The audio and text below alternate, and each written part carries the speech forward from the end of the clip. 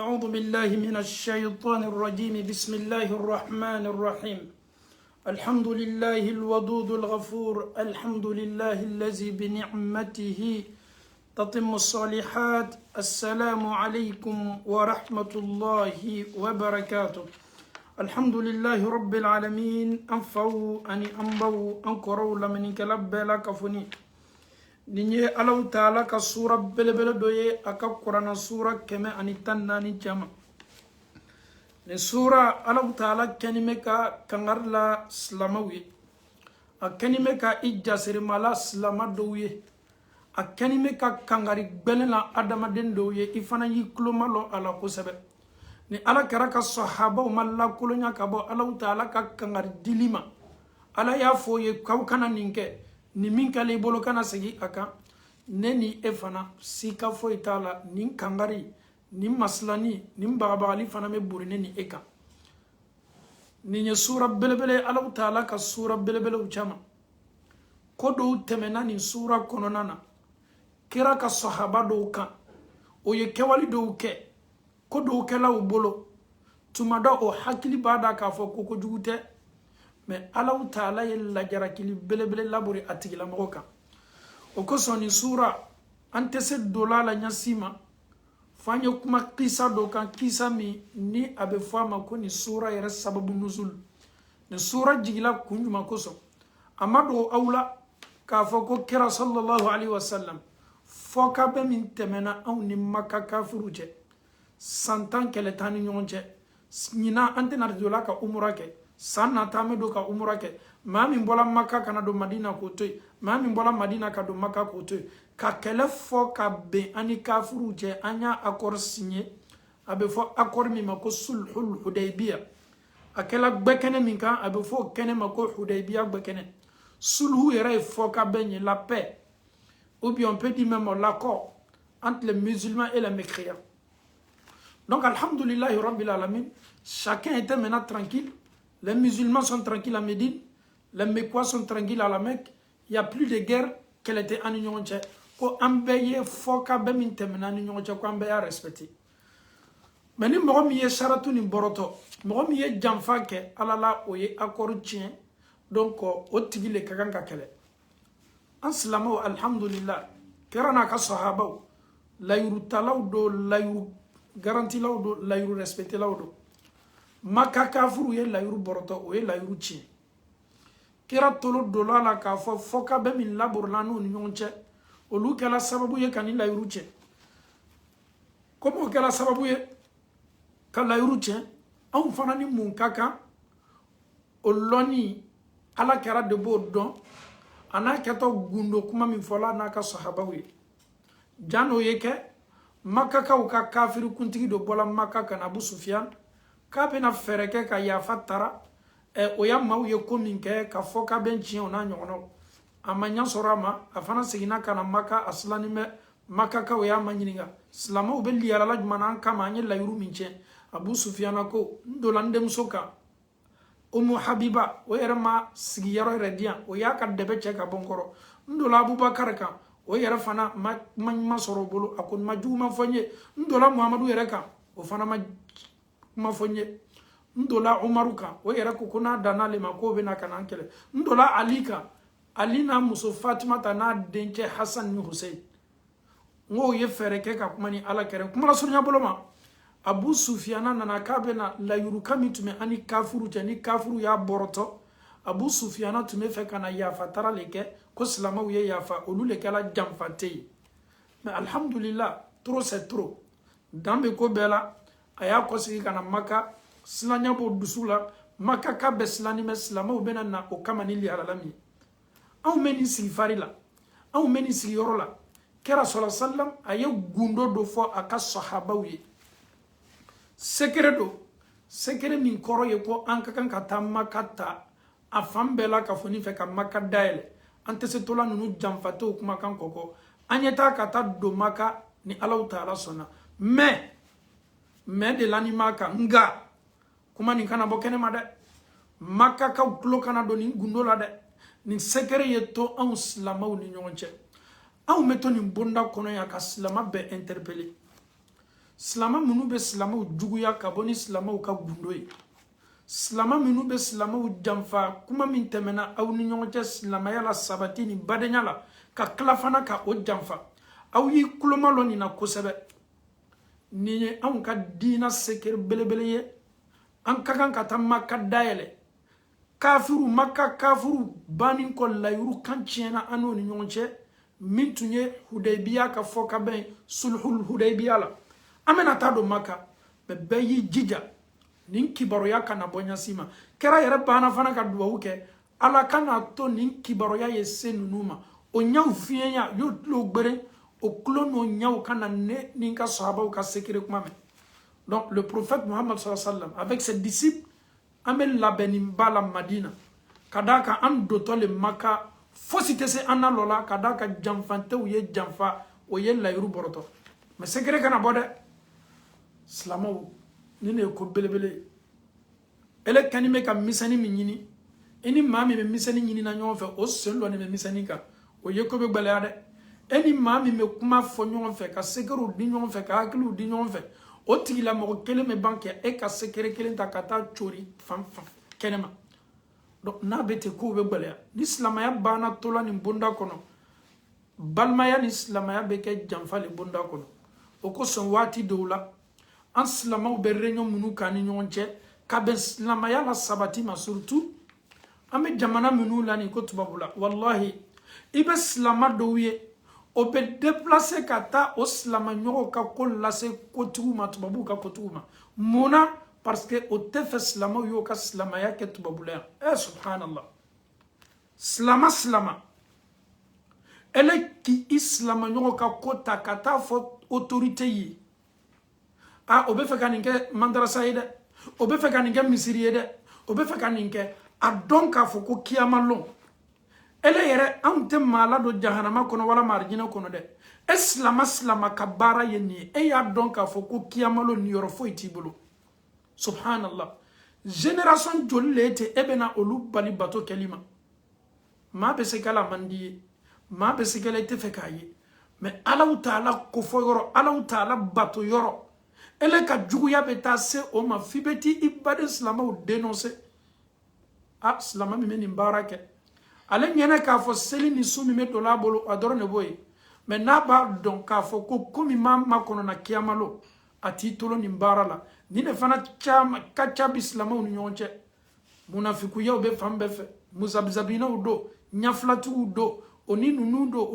do olu yɛrɛ m'a lɔn bɔ alaw taala y'o lana dugukolo ko kan ka bɛn ko min ma ninnu ye maaw ye maa minnu o bɛ silamaw tɔɔrɔ o bɛ alakira ka mantonw tɔɔrɔ sallallahu alaihi wasallam o bɛ alakira ka jakuru tɔɔrɔ hali kira n'a ka sahabaw gundo tɛmɛn'o ni ɲɔgɔn cɛ pour ne pas que juguw tulo ye don a la e silamatɔ bɛ na ka na silamaw ka gundo kuma ta ka t'o lase juguw ma e t'i yɛrɛ ma ɲininka est ce que e ye silama ye wa wallahi e ye kafiri fa de ye e ye munafiku fa de ye ka silamaya muran du i kana i ni silamaw tɛ a ka ca domaine bɛɛ la i b'a mɛn anw de fɛ ye ko nin ye inspecteur ye ko nin ye espion ye ko ale le bɛna ka na silamaw inspecter ko espionner ka tila ka silamaw ka gundow ta u ka misiriw kɔnɔ ka taa lase maaw ma maa minnu bɛ diina contre la diina bɛ se avancer la di an faw ni an baw o kosɔn an b'a ɲini silama bɛɛ fɛ sura min kalantɔ an bolo nin ala bɛna jogo ko fɔ an ye nin sura kɔnɔ kabini ala y'i dan tuma dɔ i ma jogo min mɛn ala bɛna nin jogo labɔ k'a bila fɛrɛ kan i tulo y'a lamɛn kosɛbɛ kɛra n'a ka sahabaw bɛ madina sallallahu alaihi wasallam sekere fɔla an ni ɲɔgɔn cɛ ko sekere kana bɔ sahabacɛ dɔ bɛ yen ko hatib ale sina ka lɛtiri le sɛbɛn ko min tɛmɛna silamaw taatɔ waati min maka o dɔtɔ waati min maka an kɛtɔ maka min nana ɲami a k'a bɛɛ la kafoni sɛbɛn lɛtiri la muso dɔ tun bɛ voyage bolo ma ka bɔ madina ka taa maka a ye lɛtiri d'o ma taa ka taa lɛtiri di makakaw ma nin waati la kɛra n'a ka sahabaw o dusu sumani bɛ madina an y'an ka plan ɲumanw labɛn an ka kan ka taa don maka waati min tɔɔrɔya tɛ an na an hakili tɛ janfa la an hakili tɛ k'a fɔ ko silama dɔ kɛtɔ an ka sekere labɔ la silamo ala kera ka wati la nin konya akela don neni eta wati na keto ala ki to aka mansayala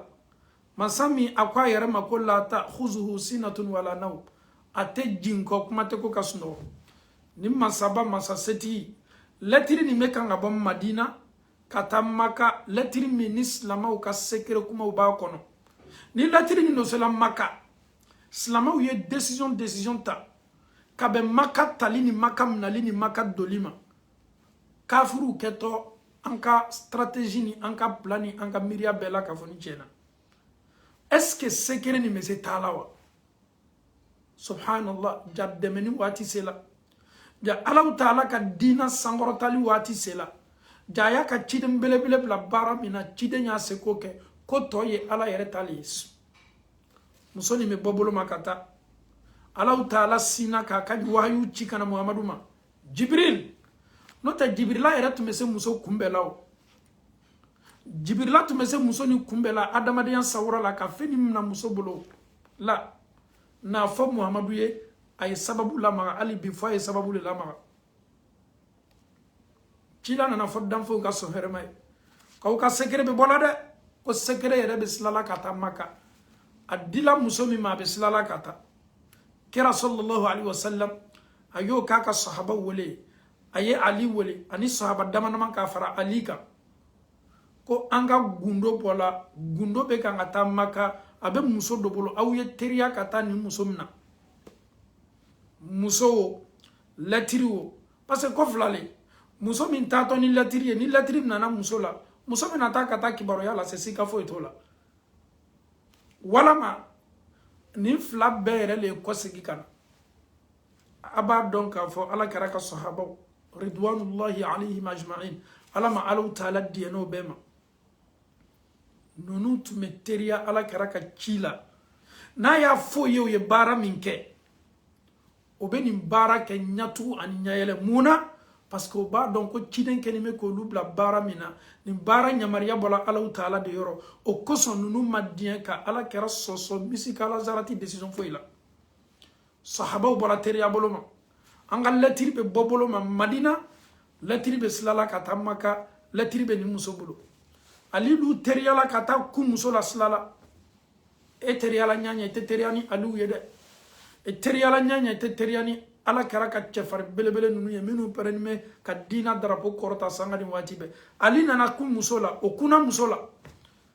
o ye muso manyininga ko femin dilima letiri min dilima amma ko be letiro lela ambala ka wawe haketwa ay ka muso do fananka kolo akuma sela ko beta ali ko he kuma mimi dani ni boloka e ka kuma transformer ni ka kuma kiningi o dabla ni ye fe ka nede ka chiden kembolo galuntigela ye ni mani kuma dabla mi kumbo ikana sise letiri madia akana na bagama ali ko toy e kanime ki kan yere min keni ote aunta an yere makotola ote an fana bo an jaka ote an effrayer femin dilima ni ma bo ka di ama i kuni jo iba ye duma sisen nunu de tawhidi mawe o ma foibla ala ko nyefe sentiment be na folo ala ko sentiment de be ko sentiment benye muso bardo ko ali ye min foni sikatala nunu te tamakiyala ala ko la bara foila ala kana tanye tamakiya dina barala ala kana to tamakiya ye doslama la ka to dina barala no te be ki yere ma problème ye e be ke slama fana ma problème ye muso sina ka letri bo ele ma fo ko letri ti bolo wa muso sina ka letri bo ka di alima ka di kera ka chido ma letri wo muso wo ninu bela ka fo ni nana ka sigino ye kana no ye madina kira sallallahu alaihi wasallam anaka sahaba assemblée convoquée la jamaou la kafula letri nana mami letri sebe fana kira ba don ati to sebe ni letri sans fait ko hatib Allah sela salamauma ne ya fo awye ngoni sekere kana bo nya fo awye ngum makaka kana bo anka plan kalama e ambadendo ando yes letri sebe ka la tamaka kawu a lettre de ete mami ya sabe a tɔgɔ de ete Hatib a fana sigini bɛ jama cɛman ni yɔrɔnin na ele ni Allahu Taala cɛ sahaba dɔw tun bɛ yen olu joliw limaniya sugu tun bɛ borilaw joli kɔnɔ n'o tun ye nin kuma sugu mɛn o dɔw yɛrɛ tun t'a to kira y'a dalaba Umaru b'olu cɛ ma ya Rasulallah janfante ni sugu bɛ te tola anw cɛ ma cogo di Ala kɛra to ma basi k'a kun kari ka bɔ yen ka a kun bɔ a kan na Umaru yɛrɛ ma diɲɛ k'a fɔ ko ka négocier parce que Umaru ye nin de ye ale ma dɔn ni maa bɛ se ka dusukun filaya ta diina nin baara la ale ma dɔn o bɛ se kɛla cogo di Ala ye nɛɛmaba min di anw ma min ye ciden ye anw ka arginɔ kɔnɔ do sababu nin de nana ko fɔ an ye nin de ye anw kɛ maa kɔrɔta n'u ye maa majiginin kɔfɛ nin de ye kanda yira ka anw na nin nana le kana anw madɛbɛ nin ye hɛrɛ bɛɛ di anw ma anw bɛ se cogo di ka nin janfa tuguni ka bɔ nin bonda kɔnɔ Umaru ko ya Rasulallah nin ta yɛrɛ ni kuma tɛ bɛn nin ni fagali le ka kan bon kira sallallahu alaihi wasallam a b'a dɔn Umaru bɛ kan ka min fɔ Umaru jolo a b'a dɔn Umaru bɛ kan ka kɛwale min kɛ sahabaw silama ɲuman yɛrɛ bɛɛ la k'a fɔ ni ka kan ka nin de ressenti y'a mɛn k'i baden dɔw ye aw janfa a ye aw ka gundo ni aw ka secret ta k'a labɔ ko ka taa di jugu dɔw ma saduwa tɛ fɛn ma n'a sɔrɔ i ka diina ka di ye ele fana m'i ka diina nin baara la Ala de kosɔn mais Ala kɛra ko sallallahu alaihi wasallam a ko Umar ani maa minnu mɔnɛni bɛ a ye nin kumakan fɔ bɛɛ ye an badencɛ Hatibu a ye baara min kɛ baara ɲuman tɛ mais an y'a ɲininka fɔlɔ il faut lui poser la question pourquoi tu as écrit la lettre pour envoyer à la Mecque pour dévoiler nos secrets pourquoi la cause f'i ye cause de fɔ ka d'a kan usulutigiw ko qaida dɔ b'olu bolo k'i kana na ko fɔ ko foyi kana a lɔnni t'i la hukmu ala shay'in far'un an tasawwurihi an kana na girin ka dɔn nin na dɛ f'an y'a dɔn mun de y'a to an y'a partinin dɔ dɔn an ye kotigi yɛrɛ ma ɲininka mun na ye sɛbɛnni nin kɛ k'a lata o ye Hatibu ma ɲininka aw y'a kumakan lajɛ a ko komi y'a bila nin na ale denw de bɛ Maka ale ka famille de bɛ Maka ale yɛrɛ tɛ Maka ka yɛrɛ ye tuma dɔ lonan don Maka maa dɛsɛlen don ale fana ye ni an silamɛw don la Maka dayɛlɛ fɛ kafiru kɛtɔ daminɛna fɔlɔ olu le ka maaw mina k'o faga olu le di ka denw satɔ ale le ka denbaya pɛrditɔ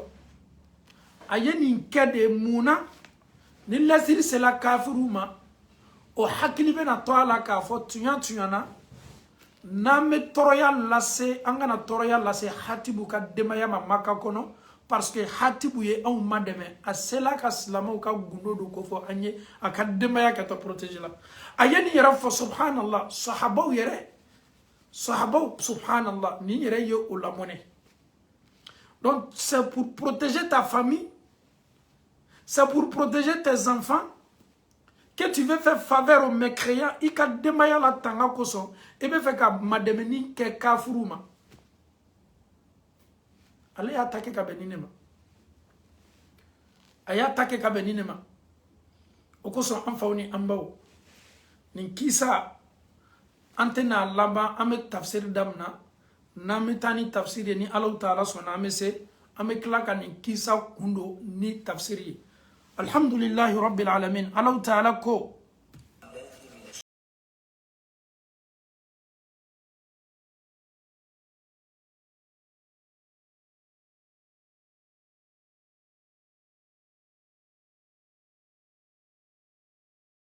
Alahu Taala ko aw minnu limaniyala ya ayyuhalladhina amanu aw minnu ko ne Ala ye kelen ye aw minnu diɲɛna k'i bolo bɔ bolibatow la ka jobatow dabila ka sɔn ni Ala ye aw minnu limaniyani bɛ ne Alahu Taala ma la tattakhizu aduwwi wa aduwwakum awliya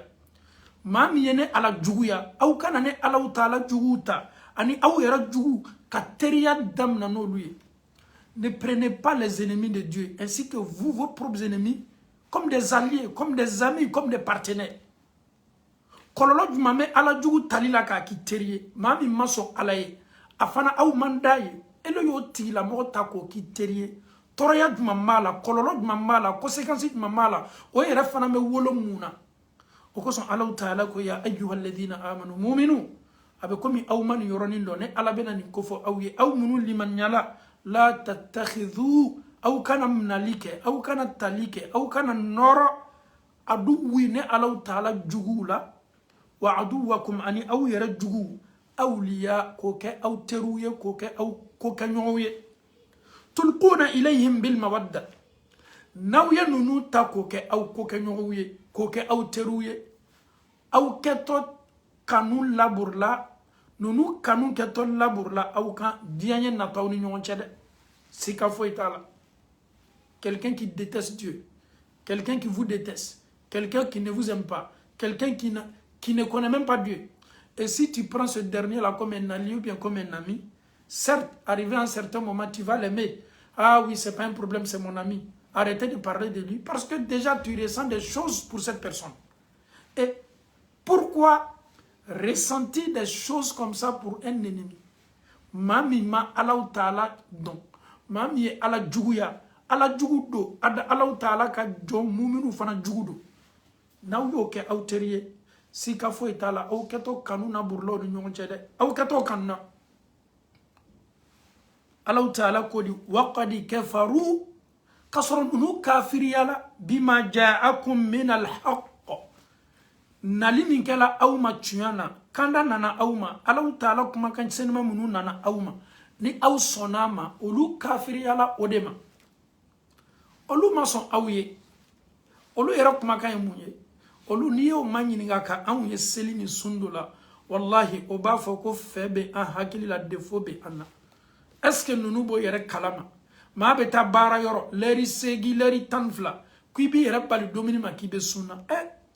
tuyana mansami auka alaye tonyoli kelado mansami auta alau tale mansa teleninte no te bese ki ka jombla kongo la chogodi o lalinte alala o maso alakoma o yere madien Allah Ta'ala ko waqad kafaru bima ja'akum min al-haqq kasoro nunu kafiri ala femi nana awma miye tunyai nunu kabara laje yukhrijuna ar-rasula wa iyyakum wallahi nunu tefosi kala nunu de mawiye minu ye kira boyanya ko ka chido boyanya ka klafana ko ka chiden labo ka labo sabati yoro Allah Ta'ala kuma na de tulquna ilayhim bil mawadda naw yo ke aw teriye sika fo itala aw bono kanu o kanu bena aw dusukuna aw bena klafana ko kuma ka semente ya ka tuyandi ko kuma ka ma Allah Ta'ala ko nunu de Muhammadu labo yukhrijuna ar-rasula wa iyyakum nunu de ala kera labo makka kono tonyoli boloma ka klafana ka mu'minu aw labo aw mu'minu ka aw labo makka kono oui aw ben ils vous ont chassé, ils vous ont pas aimé, ils vous détestent. Le fait que vous allez les choisir comme des alliés, comme des partenaires, vous allez les aimer. Et si vous les aimez, un jour vous allez pencher au Aoubla Félix Lakane, amena Jordani ni aya ere kelime kama shama segedi. Aujourd'hui, mami ma aladon, amaso ala kerala, slama mandai. Ni ele slama yota ko ki teriye même salia dorone di mo mi maso Allah ni tika batola ama perefana ki deme ka batola ele yota ko ki teriye OK abena ife be na fe au be nyon visiter sangani wati do la ni kodo bi me ka soko ne ba invite abena kana nyina de wati do la ni kodo fana ma fe aka soko no alni ala soko le keto tala le de sika fo itala ah non c'est un ami. L'amitié là, ça date longtemps, c'est un ami de longue date. C'est vrai, il est toujours chez moi quand il y a des événements. Il m'a aussi invité chez lui, donc je dois me rendre là-bas. Malgré la musique est là, malgré l'alcool est là, malgré les femmes ne sont pas bien habillées. Mais tu vas te rendre là-bas parce que le lien, l'amitié qui vous lie là, d'après toi, amitié mino, c'est Awati Kadia. Donc, Allah Ta'ala kuma kan bado laje. Ni elle ko quitte ta, peut-être il va faire ah le monsieur là ou mon ami là il va me traiter comme une témoin c'est allez ben ne ko à ntala mais allez ta muna ne te setala elle verra be sinki yere jaraki damna kasoro non allez ta mi me kala le ta kayoro là elle ka dina maso oma minu be allez ka tabali kan ye elle ka dina ko kikana bare glola muna ebi yere ye tali lay parce que akanu bila teriya kanu be awni nyonche o ko so Allah Ta'ala ko tulquna ilayhim bil mawadda naw yo ke aw teriye ni teriya nyona labor law nyonche kanu fana ke ton nana de mo be ba ko bela me ikanu nyon ikanu te ini mami ye nyon kanu sika fo itala vous allez vous fréquenter tu vas te déplacer pour aller chez lui il va se déplacer pour venir chez toi pourquoi parce que nous sommes amis kasoro Allah Ta'ala ko waqad kafaru nunu do kafiri yala femina na awma miye tuyen Qur'ana nana awma chide nana awma ala kuma kaw nana olu mason ola olu yere de kira la bom maka ani aw mu'minu Allah Ta'ala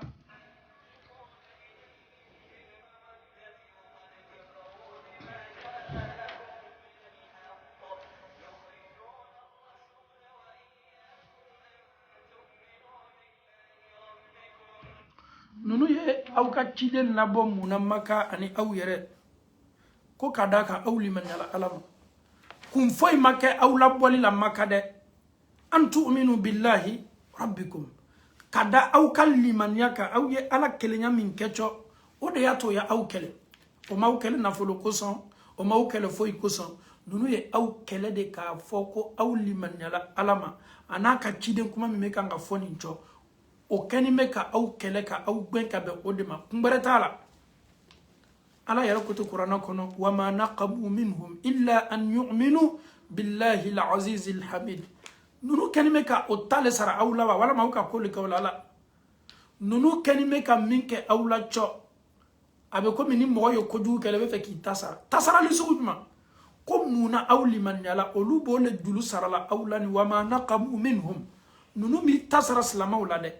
watishi illa an yu'minu billahi al-aziz al-hamid fos lama liman yamin kala Allah Ta'ala ma sabab masaka nutema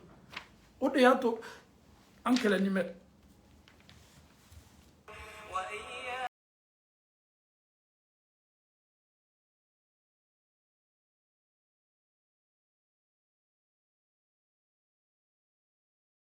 أو سلموا إن كنتم خرجتم جهادا في سبيل وابتغاء مرضاي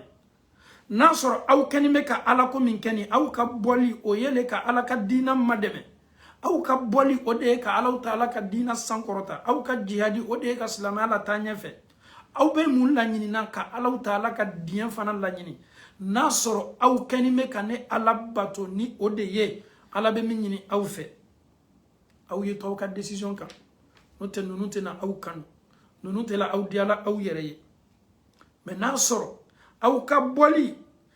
كلا على تعالى de koson ka ala ka diane nyini au kana jugu nunuta ka ke au teriede nasoro au bene ala batola jihadi ni chesiri yere batolila ala ta'ala bena sekiro do fo anye ka be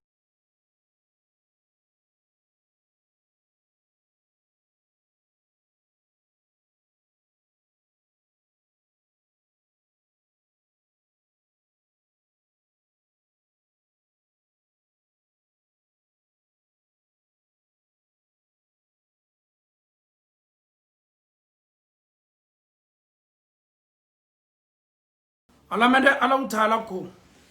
tusirruna ilayhim bil mawadda ele bena minka dogola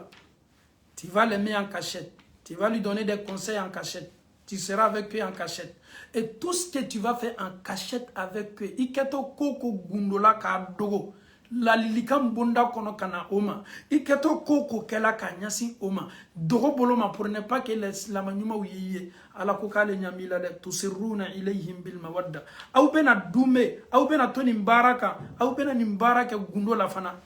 la lilikam ko doma katoka kuma ufoye ala ko kumbeni mbe kalama au be koko be temena au nino ni nyonche gundola ne ala ba bedo akanu ne wa Allah lilikaundo ne alaba bedo tu te caches vous vous cachez, mais Allah ko kaba bela kafunilo. Allah ta'ala ko ne Allah be fendon abe femin ke gundola aw no ni nyonche ka ben la lilikan boloma. Anabe femin yere ke gbe kan kenema ka bange ne Allah ba don. Allah ta'ala ko wa man yaf'aluhu minkum. Alu munu sonane Allah ni aw do yeni mbara nyona ke kabo awla faqad dalla sawa as-sabil. Atria donc a foko afili la sla kan sla min klenime ale to la sla sabatini ni sla klinika asina ka boslaka afili la slama ni tesla nyumaye bara nyumate ala de kanime ki kuma nyoya ne kuma kante itigi ala kuma kande ite qur'ana la yalaw est-ce que amme nunu bele konwa obeka teria wala la qur'ana aya la me na metani tafsiri amenasi Jone ankakanga nyuma yake katauma. Eske ankakanga nunu yere slanta nunu bebla fere kelen kono wa la. Minu ye ankele. Oye annabok anka so kono maka. Oma ala mandoye. An yere fana mandoye. Ote here natala anye fo juguma ala utala kame odule ma Qur'ana aya kumfolo nina. Qur'ana aya kumfolo ni ala utala kame odule ma. Ala bena ojodo kofo anye tuguni.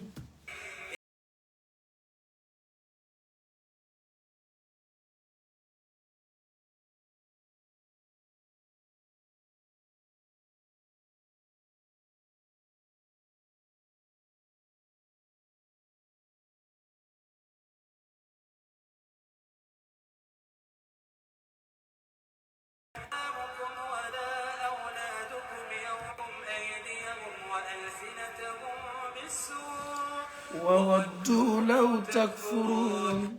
نيني الله تعالى بنو كسكر دو كفو اوي ni aw no bena ma minu be kan fo Allah ta'ala bulu si vous vous croisez o dusukun be aw juguya naw no bena o bosingo bolo samaka aw fo kasoro o dusukun aw yere ka accoutrement slama muso ka accoutrement slama chema ka accoutrement ka boye. Mais le fait que ni aw bena o be sinka o bolo foni aw ye foli bolo ma kasoro o dusukun kenime ka aw kon ala jo de ko Qur'an kono in yasqafukum yakunu lakum a'da ha juguya min ko folani itesa yela de nunu dusukun be juguya le siri iye wa yabsutu ilaykum aydiyahum wa alsinatahum bisu o yera fanate dawma de obo oka kele keneka ni aw bena ni aw no nyongo yorola obesingo bolo sama aw koni bashilinie ani fagali ani klafana ko nenta ka aw nenika aw jebe o kala nyini yemuye wa waddu law takfurun o kala nyini no kan nata yemuye koni aw bese bola o kan limanya kan ka ke komi olube kafiri yala chokomi Allah ta'ala ko nunu ka kibaru yala anya lame kusebe lan tanfa'akum arhamukum wala auladukum hatib anya sahaba chami ka kisa damna na yeletri sebe kala tamaka amaban kisa la de amena nkosigi kisa masise nkotuni ale koko ayeni kede ka famille protéger ni islama do la maka koko kana kale ka famille na koko kana ka deuna ale ya ka demba ya le protéger ka slama u labla ale ya ka demba ya le bla slama ya nyefe Allah ta'ala ko kiyamando lan tanfa'akum arhamukum wala auladukum يوم القيامة يفصل بينكم مسورنيا مي أن يونچه إما مسورنيا مغو إني ما منو كسورنيا نا فامينا أني يردون الله تعالى كو نيه أولوكا ديانيه تاكا هركه كافروي سبحان الله صحابة يبارا من كني الله تعالى كو كيامادو أو كم مسورنيا لتنا أو نفلا أو دون فنتنا أو نفلا كيما دون الله تعالى كو على الله تعالى يفصل بينكم أبنا فرنسي يلدو لمو نسلان تونجه e deminani etnte hakilinata kelenka eni muso min tunte hakilinata kelenka eni fa minu tunte hakilinata kelenka eni ba minu tunte hakilinata kelenka yafsilu alaw taala bena faranfasiyali kɛ a bena kiti labori aw ni ɲɔgɔn cɛ nunu bɛ bila o ta fan kelen nunu fana bɛ bila o ta fan kelen donc ni mɔgɔ ni dɛmɛli ka kan ni ka kan k'i yɛrɛ kun di i ka kan k'i yɛrɛ kun di ka dɛmɛli kɛ k'a ɲɛsin yɔrɔ jumɛn le fait que je suis musulman le fait que je suis pratiquant le fait que l'autre il est musulman il est pratiquant nous sommes des frères. Et c'est cette fraternité qui nous sera bénéfique le jour de la résurrection. C'est cette fraternité qui peut nous donner le paradis. Mais tu es musulman. Tes proches ne sont pas musulmans. Tu es musulman. Ton frère n'est pas musulman. Tu es musulman. La famille n'est pas musulmane. Si la famille n'est pas musulmane, Allah te dit le jour de la résurrection, Allah va juger entre vous. Il va distinguer les pieux seront de l'autre côté et les non-pieux aussi seront de l'autre côté. Donc, si kafo itala, au kanana, famille ko takobla ala ko nye, au ye ala ko tafolo kabla ko bela kafoni. Et ala yere ya fo Qur'an kono, kiyamalo, ko baramoya ko fala ansaba, neni niye kabila kele, neni niye jabun kele, neni niye farkolo kele, neni niye kangelen fola, ambe so kele mogode, ala koko kiyama don o tei o bana ka fono ne ka kabila mogo le loto kiyama kene fangelen fe ne ka village la mogo le loto kiyama kene fangelen fe e ne be bo togo law dorone la to ka fangelen fe ne ere be bo togo kapema mi village mi no lu fana loto ta fangelen fe kiyama lon o bana a ne be bo Burkina a ko Burkina be o dorone joto o ka kene kelenga kiyama do ne yɛrɛ bɛ bɔ Burkina so min na ne ka so kɔnɔ mɔgɔ le jɔtɔ ka kɛnɛ kelen kan ne yɛrɛ bɛ bɔ village min na ko ne ka o tɛ yen kiyama lon ala ko k'o banna n bɛ bɔ Mali la maliyɛnw dɔrɔn de dama de jɔtɔ kiyama lon ka fan fɛ Mali darapo tɛ yen kiyama lon Mali darapo tɛna bila la kiyama lon Bamako ko tɛ yen kiyama lon n ye Sikaso ka ye o tɛ yen kiyama lon n ye Kayi ka ye o tɛ yen kiyama lon n ye bɔla sɛbɛnni kɔrɔ o bɛɛ la ka fɔ ni n banna kiyama lon ne bɛ bɔ Côte d'Ivoire anw ka Abidjan anw Ivoiriens de jɔtɔ kɛnɛ kelen ka kiyama dɔn o yi hakilinata ni miiriya ye Alahu Taala bara orange blanc vert Côte d'Ivoire drapeau ko banna non anw bɛ bɔ nord la anw bɛ bɔ sud la anw bɛ bɔ o banna Alahu Taala fɛ yen o tɛ yen o ye an ka duniya politigiw de ye je suis du sud je suis du nord je suis du centre o bɛɛ ye aw ka duniya politigiw de ye kiyama lon Côte d'Ivoire drapeau tɛ yen ni Abidjan kale o bana ne be bo Bouakele o bana ne be bo Korogole e o bana ne be bo Ojenele o bana o jene kote Alahu Taala bara me bo Makonele e o ere bana o tei imiria bola an ka village où le benana joyan kiyama lo o ye dunia kuma de kiyama do village ko bana jamana ko bana Mali ko bana Côte d'Ivoire ko bana non an ye Guinéen de anw kɛtɔ bilalan damani ne kiyama kɛnɛ ka subhanallah lajinɛ drapeau ko banna kiyama don ne bɛ bɔ Conakry de dɛ ne bɛ bɔ Gbesiya le dɛ ne bɛ bɔ Kankan de dɛ ne bɛ bɔ Sigiri de dɛ ne bɛ bɔ Kisidu de dɛ ne bɛ bɔ Masanta de dɛ ne bɛ bɔ Bela le dɛ kiyama lo nin bɛɛ banna Bela ko tɛ yen Masanta ko tɛ yen Kankan ko tɛ yen Sigiri ko tɛ yen so nunu tɔgɔ bɔla n kɔnɔ zéro kɛrɛ ko tɛ yen k'a fɔ ko zéro kɔrɔ ko kɛlɛ o ye duniya ko le ye zéro kɔrɔ ko kɛlɛ Alahu Taala mako tɛ nin foyi la kiyama lon a yɛrɛ tɛ ku i la yɛrɛ k'i b'i nɛn kɔrɔta k'o kuma fɔ Ala ka kɛnɛ kan lajinɛ drapeau ko banna i ka village fana o ko banna anw ka sotigi le ye ten kiyama lon sotigi kelen bɛ le bɛ kiyama lon sotigi fila sotigi fɔlɔfɔlɔ o ye Ala kɛra de sallallahu alaihi wasallam n'a ka manto o de ye sotigi fɔlɔfɔlɔ ye sotigi filanan kiyama don maa min kɛla sababu ye k'i lafili Ala yɛrɛ ko tɛ kiyama don maa min y'i lafili i tuguna setana min kɔ i tuguna i nisago min kɔ i n'o fana lɔtɔ kɛnɛ kelen kan o de tun y'i ka kotigi ye i n'o le fana kɛtɔ a ɲɛnabɔla aw ni ɲɔgɔn cɛ i b'o kan mɛn Ala ne m'a lafili Ala ale de ye ne lafili ninnu bɛ kuma caman daminɛ Ala ka kɛnɛ kan Ala b'a fɔ kuma caman tɛ ne Ala ka kɛnɛ kan yan nye mo min ci aw mo de Muhammadu sallallahu alaihi wasallam ne mi ka sotigi cima ne mi ifa cima ne ye cide min cima ya la de ne ala ko ka wasala exemple la o de Muhammadu ye munay ma to ko lajne ko bana nye flayewa nye mankayewa nye sosoyewa nye kisiyewa nye tomanyewa ni bela kafoni bana kiyamalo itena kisi kan fola la ka keneka itena manka kan fola la ka keneka itena fla kan fola la ka keneka itena kunya kan ga fola la ka keneka ni beye dunia de o bebana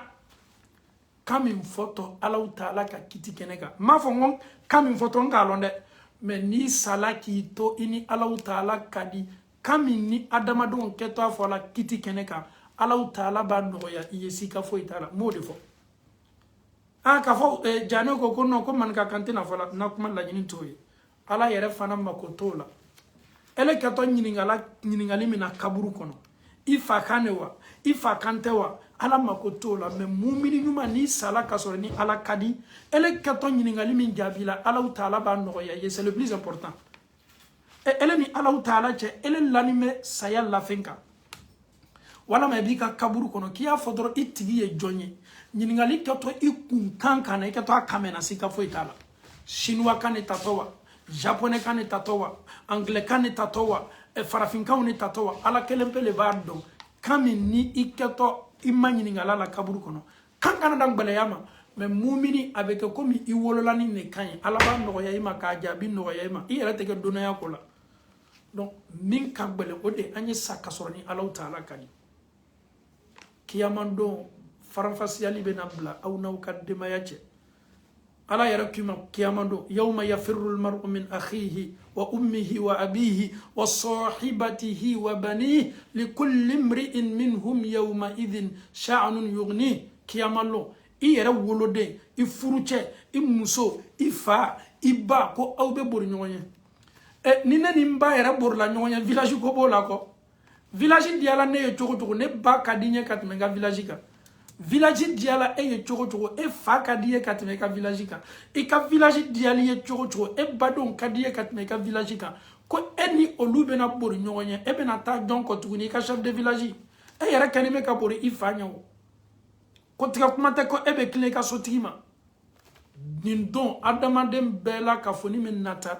jani saya esemma nye bara make jamun kote kan kote couleur kote jamana kote ni siyarate na hakilila emi ni kanime ki ka slamaya sindika ka village kode ka ki ka kabila kode ki bemba ye minke ebe to de ka a donc a fo ko London nato ebe nyina ni kelengele na bela ka foningo dina ni mekeni ala chama dalila ila yarate misalia doni tawa misalia fitini fasaya yisoro tumado basaya yisoro tumado korosaya yisoro tumado furumuso saya yisoro wala ma furucha saya yisoro saya nin kelan kelingire nambema ni mi famasa tumado basala do yarata flabe sala do badeno sala chama wala ma musoma eni Allah taala che est-ce que c'est là kasigi kamiri kone bade me nyiningali mina bi kaburu kono est-ce que niye kabila ko foye abi jabiwa est-ce que niye village ko foye ni wati nyona la bi la mewa amma ko be mina efe ba no al niye shinwale kasorale farafine yeto shin ka duwa u kale yo onema be salema ka kaburu kono o le torombe male nafa yeto Jakarta ka duwa u kale lani to dunia fambrefe o torone be nema la salema note anye jamun kele ame kankele ne fola ambe bola muso kele ne la ambe muso kele nde ambe sinji kele ne ni sid na fatale kan watila ale makobe mina awfe o de duwi ibe duwo ke shinwa kan la wa alhamdulillah ni islam lo na fa be salema aka japonais kana ka kerekera ko so na fa be sama ni ma bana sala be nata be nyabo ko kele pe min fe o de ye duwo minu ketui Allah taala ko nunu o maso awiye o ye awgbe o ya ka chidemgbe na wiye teria tano ye kanu mena na teria ni kono ni kanu do nana awbe na wiye soro bunda do kono aba wiye ye ala suzo bunda kono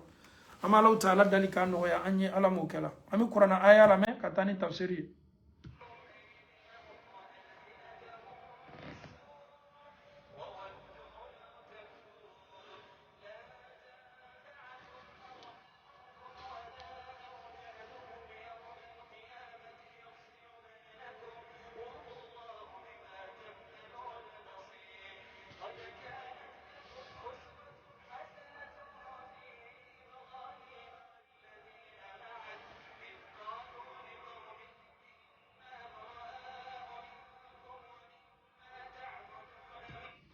ni kuma kan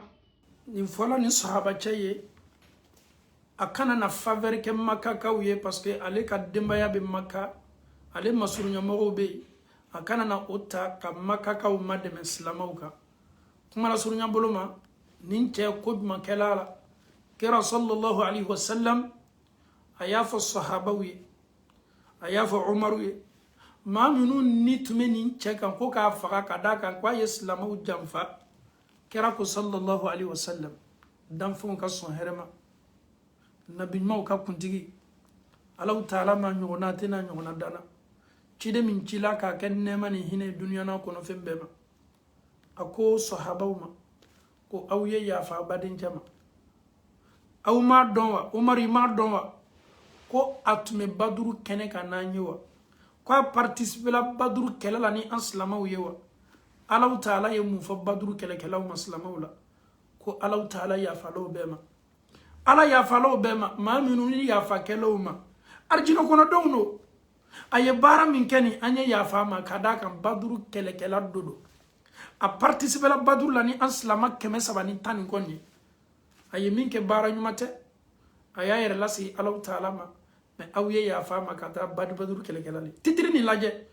silama sahaba n'a ye Baduru participer ni Ala kɛra n'a ka sahabaw ye,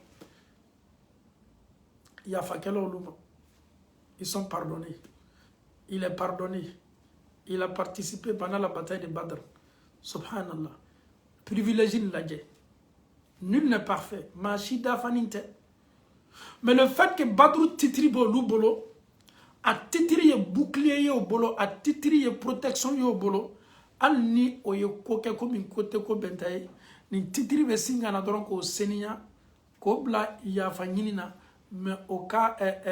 Badru titiri b'a nɔ la, donc sahaba tɔw yafala ma, il a été pardonné parce qu'il faisait partie des gens qui ont assisté à la bataille de Badr. Yafa kelama. Donc, aouye Alahu Ta'ala kumakana me. Yalaw, ma kakanka ma jone laje ka adjogota ka bla ikabara la. Ameno lame si sen Qur'anan inshallah. Labe an lashu. Tunyana Ibrahima Alahu Ta'ala ka cide ani maa minnu tɛmɛna ye Ala ko ko tunyana Ibrahima kɛla aw ye misaliya ɲuman ye ladirili bonda kɔnɔ. On doit prendre Ibrahim alayhi salam comme un exemple avec ceux qui ont cru à Ibrahim subhanahu alayhi salam. Alahu Ta'ala ko qad kana lakum uswatun hasanatun fi Ibrahim walladhina ma'a is qalu liqawmi munaka nga yira sumawma wati mina Ibrahima ko kafiru ye aka mawye inna bura'a minkum wa mimma ta'buduna min dunillah aw chajanya ni me ka bo awma ani aw kani me ka femi bato ka kafara Alahu Ta'ala ka ala be fe ka mu fa anyeni donc kwanye décision numa ta na me farala Muhammadu ka anye ke komi Ibrahima na ka jama senma munu ko anteni fe antafe anfana banala anfana tenana kana faveur ke la kafiru ye neni e fana ta de boye ko Ibrahima kela misaliya ɲuman ye ani maa minnu limaniyala Ibrahima ma. C'est comme ça le Saint-Coran. Allah il parle et il prend un exemple aussi. Il a pris l'exemple d'Ibrahim. Ibrahim, il était avec un groupe pieux. Il était avec des gens, masha'Allah. Ils ont cru, ils étaient ensemble. Ils sont restés solides. Mama bonyon kokoro ka foki keto kafuru korodola. Donc aouye ke komi Ibrahima, aouye ke komi Ibrahima kam maou. Surtout Allah Ta'ala bena kuma kando fasise.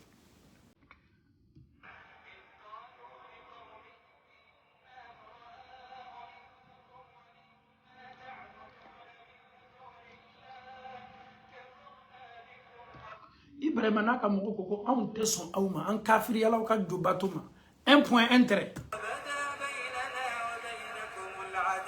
ani fana juguya kɔni déclaré la an ye oui sinu ni an y'an kɔsigi ka taa sura daminɛ na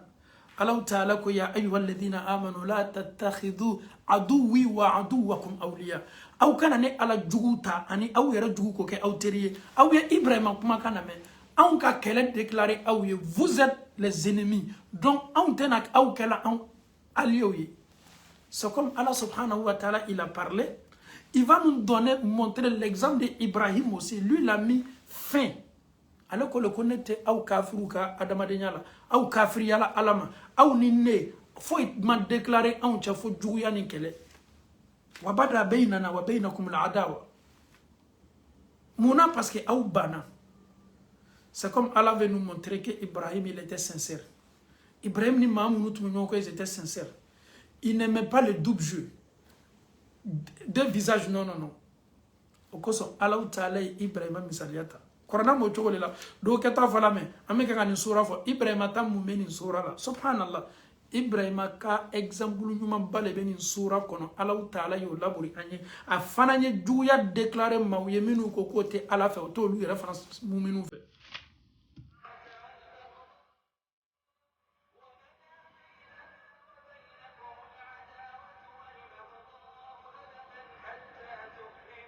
Hatta tu'minu naw ye fe aw ni ne ka juguya ani o ye bwani nyonche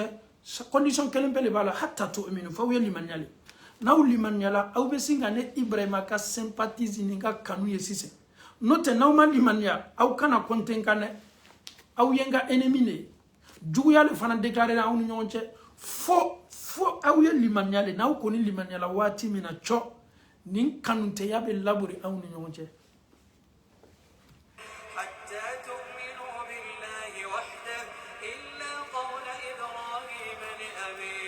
أستغفرن لك وما أملك لك من الله من شيء. Allah ye misaliya badi de. Ibrahim fana ka misaliya kono Allah bena misaliya beredi amatugni ya salam.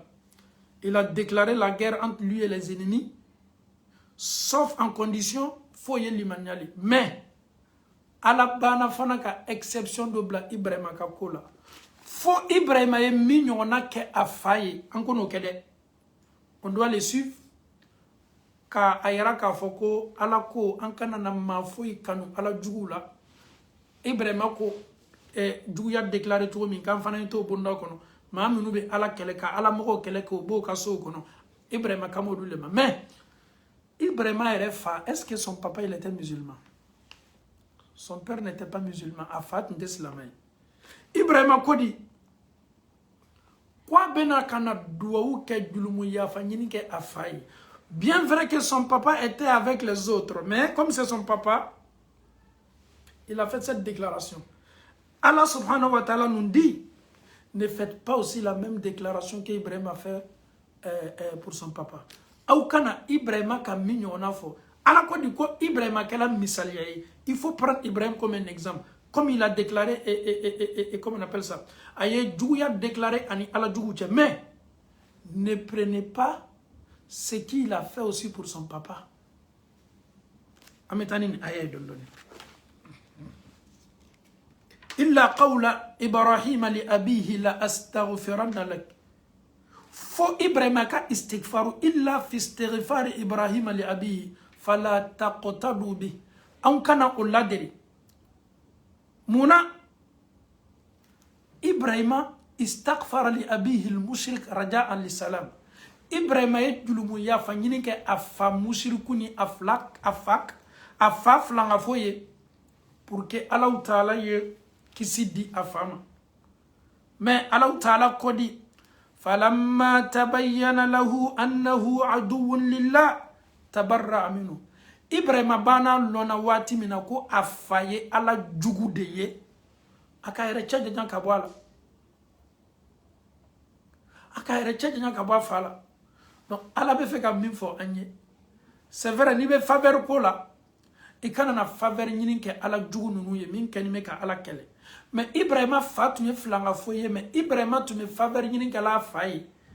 Mais Ibrahim ka lo min ke ka fo ko afani yere ala jugu de ye.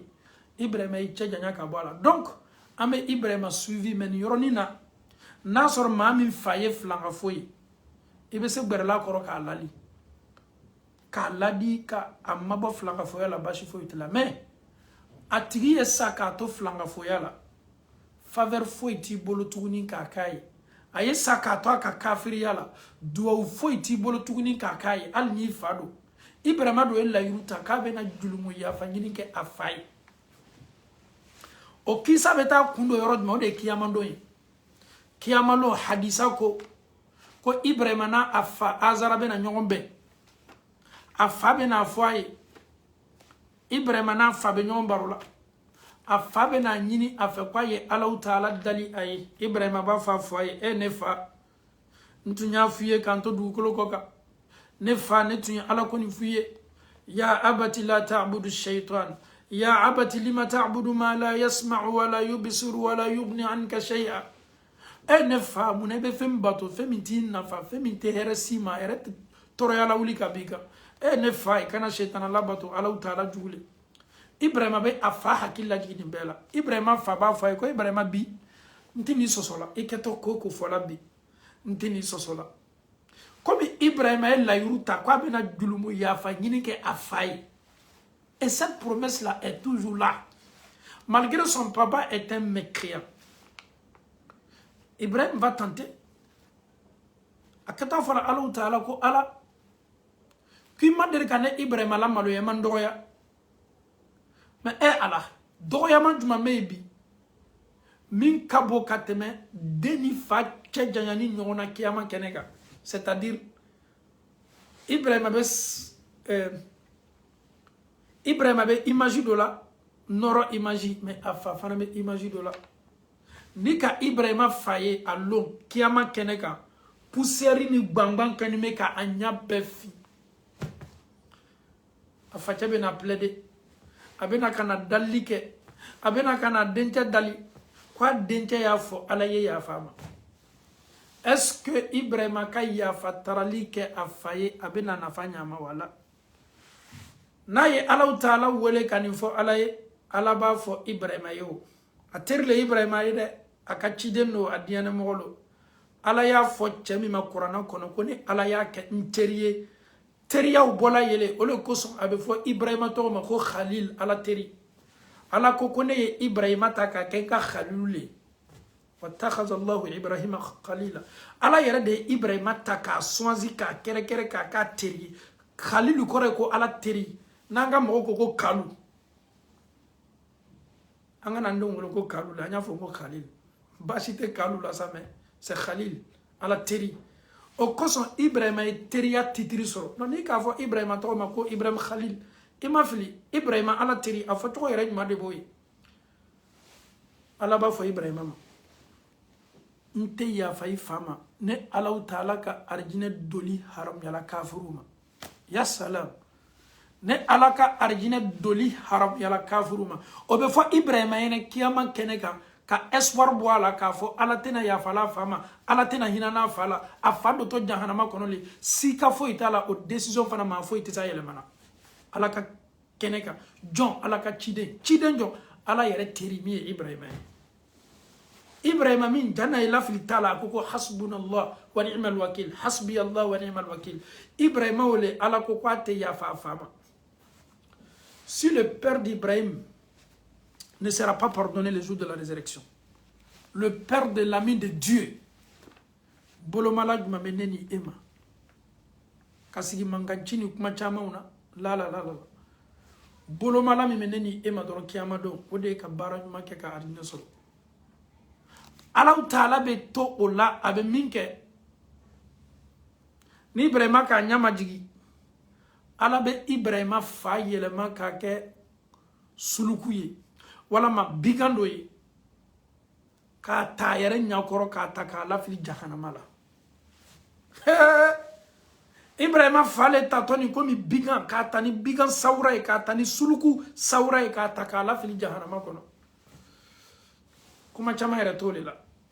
Ibrahima kuma yɛrɛ tɛ yen non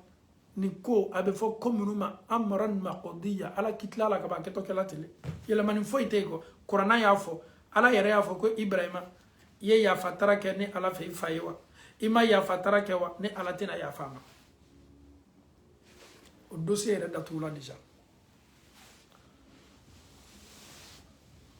ne ni e nin bɛɛ bɛ fɔ an ɲɛ de k'a fɔ waati dɔ la yɛrɛ nɛgɛ dabila baara ɲuman kɛ i tila ka Alahu Taala ka nɛɛma ɲini ka Alahu Taala ka espoir ɲini k'i dusukun seniya ka na Alahu Taala ma Ibrahima fa tɛna to la ye Ala kɛra yɛrɛ fana bɛ ɲɔgɔn cɛ Abu Talibu tɛna to la ye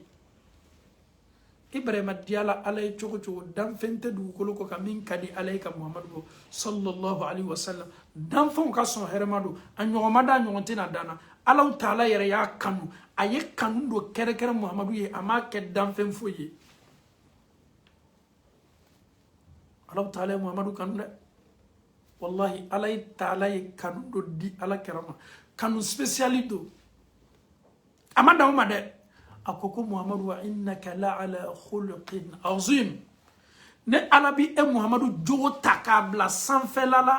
jogo tese blali jogo kan ciden jogo tese nana nabi ma jogo tese comparer jogo ma ne ala yi jogo de ke jogo bela belebele ye jogo bela korotani ni jogo bela sanfeta ala yo di muhammadu de ma jogo be sans exception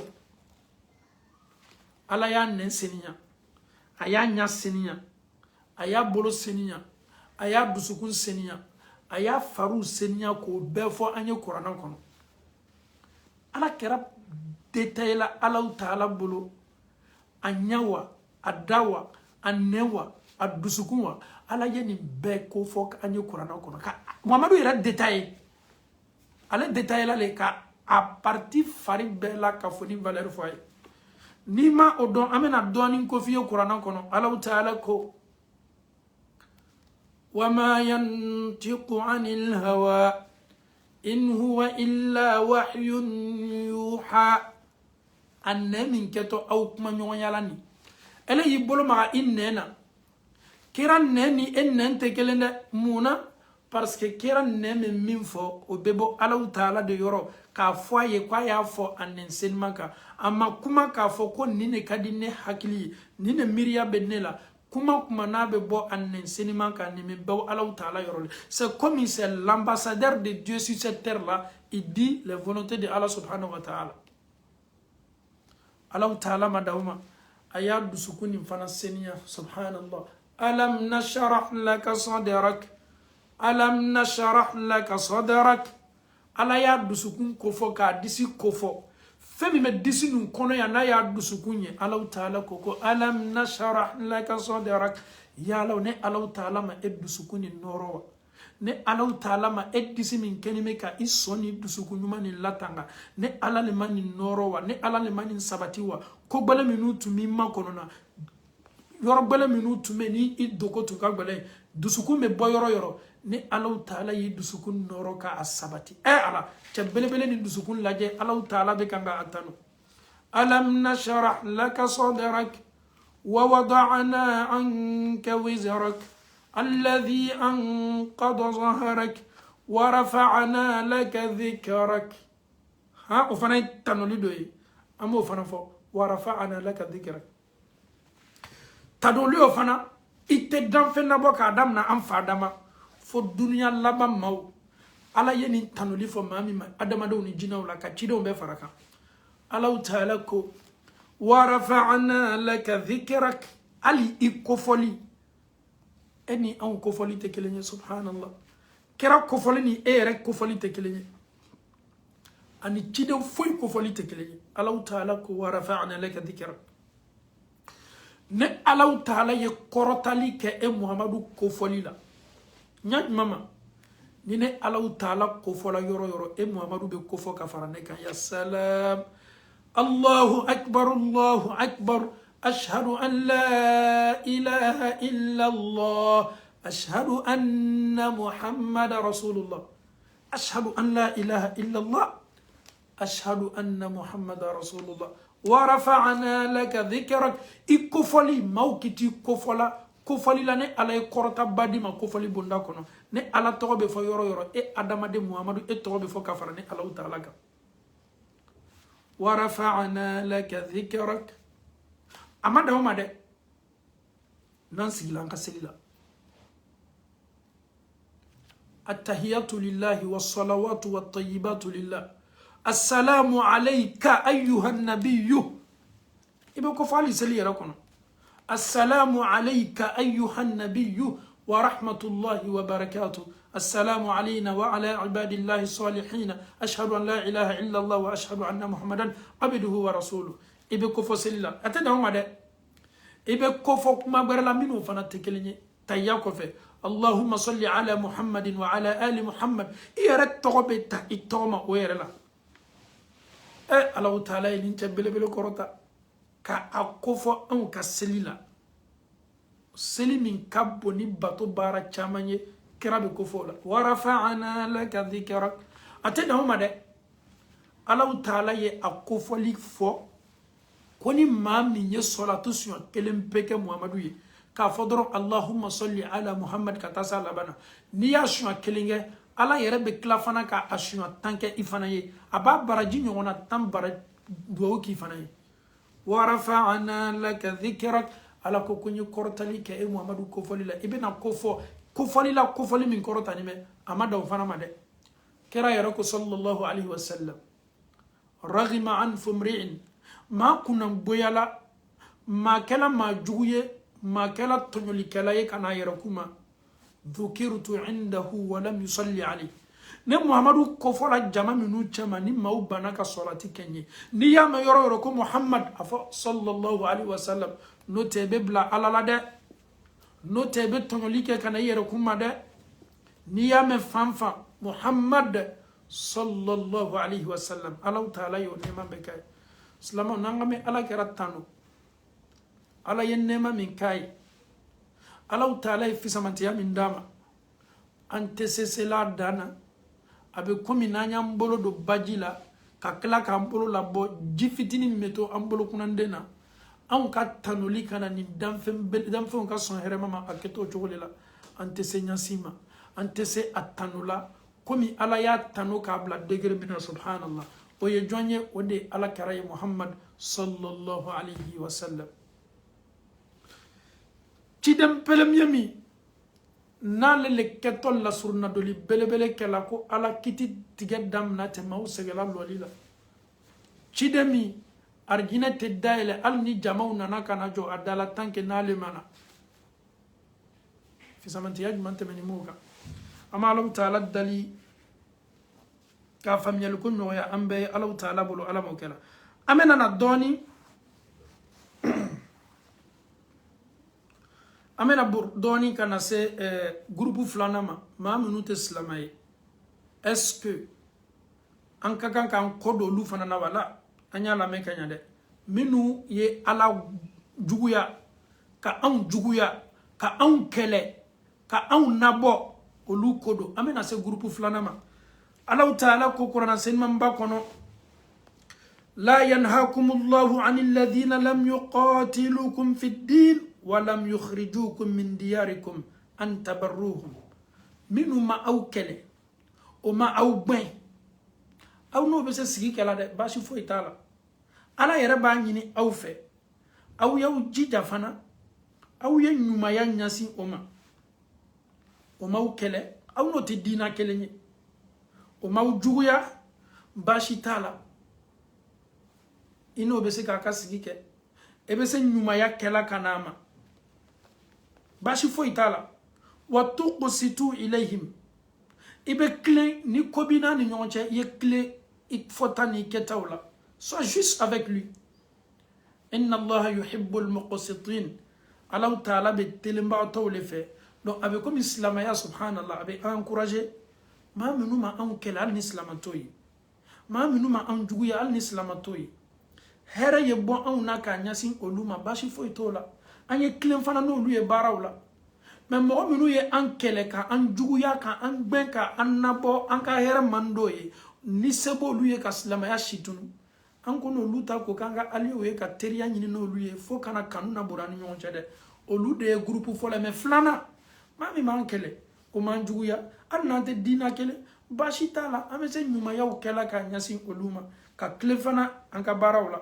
ama Allah taala dali kanim famiyal ko madi ambe mala mo kala hakilla jimin tume ambolo bi ode yeniye alama ben seman madila amma allahumma arina alhaqqa haqqan warzuqna ittiba wa arina albatila batilan warzuqna ijtinaba اللهم كن لنا ولا تكن علينا اللهم انصر من نصر الدين واخذل من خذل الدين صل سبحان ربك رب العزة عما يصفون